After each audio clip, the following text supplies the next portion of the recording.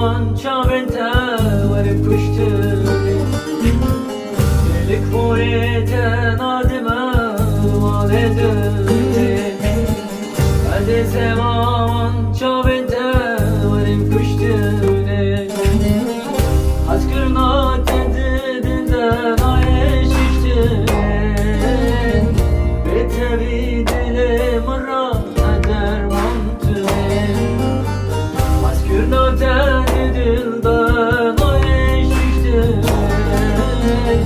به تبی دلم را درمان تنی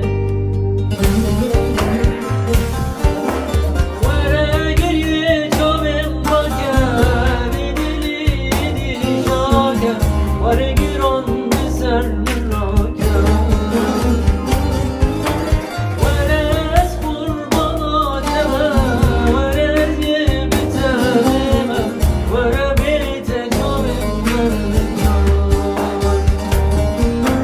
وره گریه چاوم باکه بی دلی دیلی شاکه وره گیران بسر من راکه وره از قرباناتم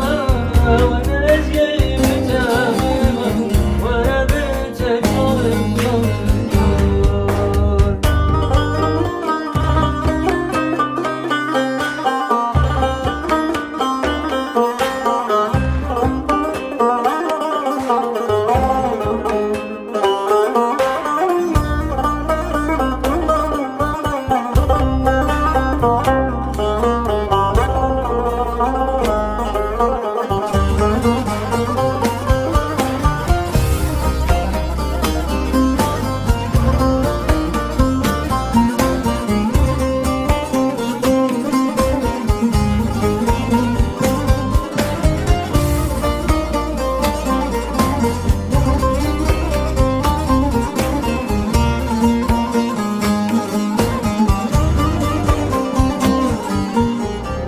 أو كانت عشرين متحدينا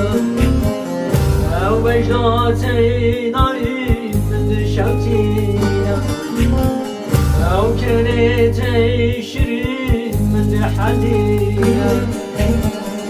أو بجناتي نارين متشوتينا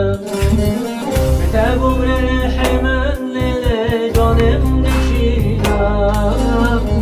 بعمري مني هين من ضدينا كتابوا